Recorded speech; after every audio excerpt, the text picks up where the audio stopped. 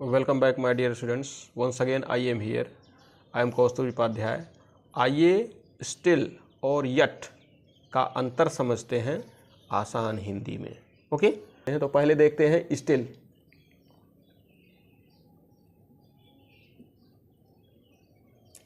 Still का मतलब होता है अभी भी, अभी भी मतलब कोई काम जो है वो अभी भी जारी है, स्टिल का ये मतलब होता है। ओके, तो जैसे कि क्या वह अभी भी पढ़ रहा है, क्या वह अभी भी पढ़ रहा है, तो इसका क्या मतलब हो जाएगा कि is he still reading, is he still reading. और इसका जो यूज है ना, इसका यूज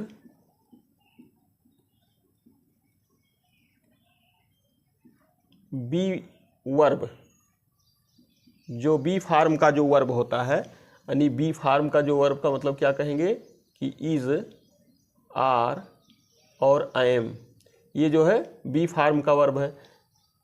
इसके पहले है ना के होगा, यानी इज आर एम के बाद किया जाएगा भाई,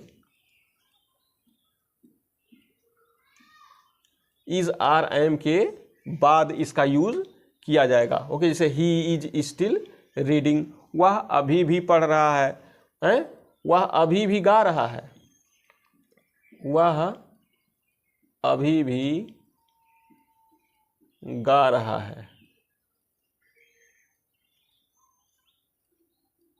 मतलब कि काम कुछ देर पहले से चालू हुआ और अभी भी जारी है, उसके जारी रहने की बात हो रही। तो स्टिल का प्रयोग ऐसी ही सिचुएशन में करते हैं कि काम जो है अभी जारी है। ओके, तो वह अभी भी गा रहा है, तो ही इज स्टिल, यह वर्ब की बी फार्म का जो है ये वर्ब है, और इसके बाद ही जो है स्टिल का प्रयोग, he is still singing, he is still singing. तो ये हो गया। अच्छा, एक्शन वर्ब जो होता है, जैसे वर्ब की फर्स्ट फॉर्म होती है जो पहले इसका प्रयोग किया जाता है। ओके, तो यानी एक्शन वर्ब, एक्शन वर्ब के पहले, एक्शन वर्ब के पहले स्टिल का प्रयोग किया जाता है, स्टिल का प्रयोग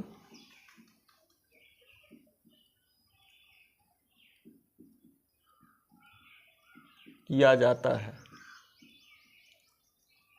जैसे एग्जाम्पल देखेंगे कि वह अभी भी क्रिकेट खेलता है, वह अभी भी क्रिकेट खेलता है। तो इसका कैसे कहेंगे कि ही स्टिल प्लेज क्रिकेट,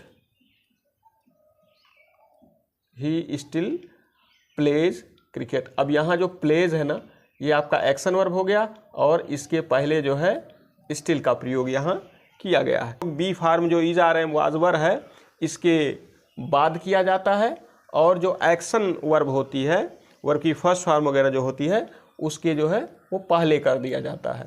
तो ये पॉइंट जो है, ये चीज़ और ये चीज़ आपको गौर करना है।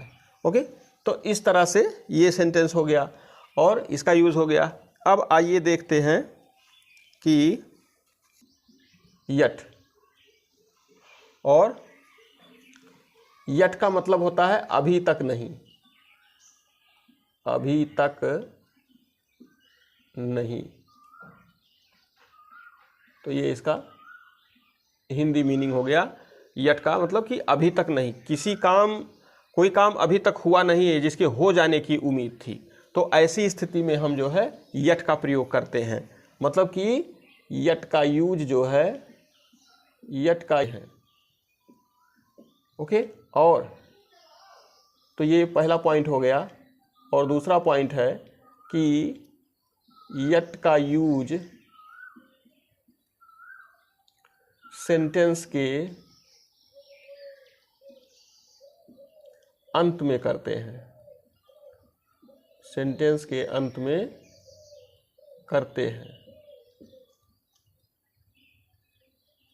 तो ये दो बातें इसमें विशेष रही कि यट का प्रयोग जो है निगेटिव और इंट्रोगेटिव सेंटेंस में करते हैं, और सेंटेंस के आखिरी में, सेंटेंस के अंत में जो है यट का यूज करते हैं। एग्जाम्पल, तुमने अभी तक अपना लंच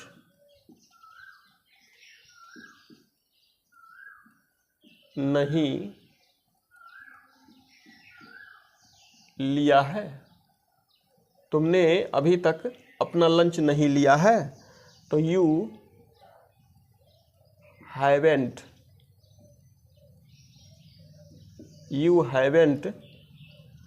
टेकन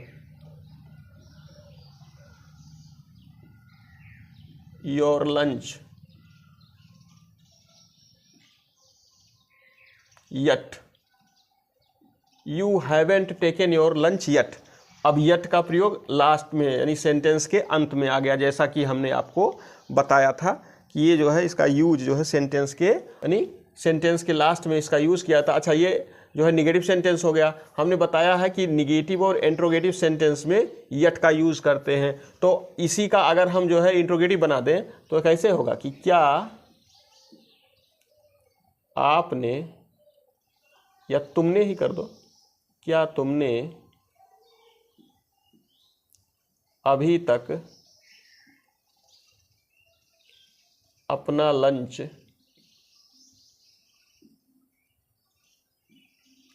नहीं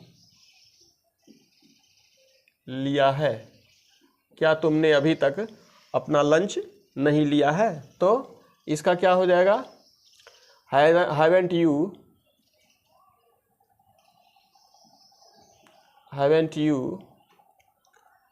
टेकन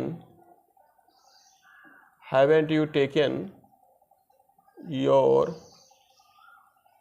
लंच यट। ये इंट्रोगेटिव हो गया। तो आशा है कि आपको जो है समझ में थोड़ा थोड़ा आया होगा।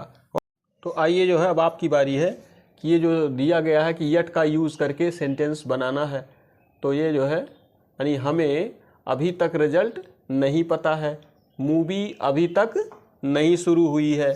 स्टिल का यूज़ करके दो सेंटेंस बनाना है, वह अभी भी बस का इंतज़ार कर रही है और वे लोग अभी भी उसी घर में रहते हैं। ओके, तो ये कमेंट बॉक्स में आप ज़रूर कमेंट कीजिएगा और मिलते हैं किसी अगले वीडियो में। तब तक अपना ख्याल रखिए, सीखते रहिए, मस्त रहिए। Thank you very much. Thank you.